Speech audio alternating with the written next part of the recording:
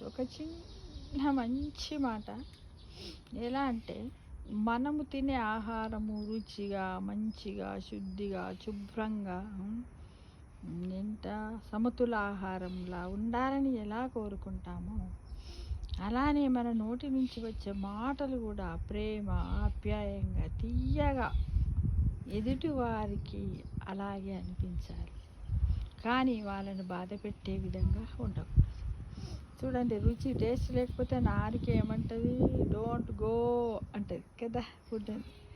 ఇంకా మంచిగా అంటే సువాసన భరితంగా చూడడానికి అందంగా లేవనుకోండి, మన కళ్ళు కూడా నేను చూడను పో అంట, తిందిరైతే నేను తినది కర్రీ బాగాలేదు పిల్లలు అంటూ ఉంటారు కదా, ఇంట్లో పెద్ద మనుషులు పిల్లలు ఎవరైనా అలా.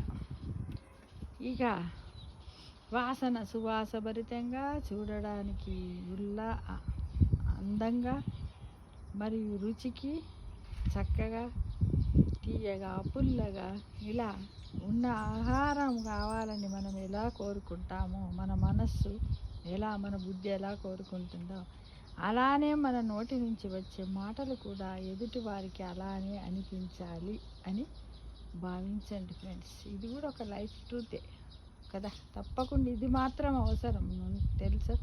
ఎందుకంటే నోరు మంచిది తూరు మంచిది అవుతుందని అంటారు కదా. చూడండి, చాలామంది ఈగోను పక్కకు పెట్టి ఈ విధంగా ఆలోచిస్తూ తమ జీవితాన్ని గడపండి.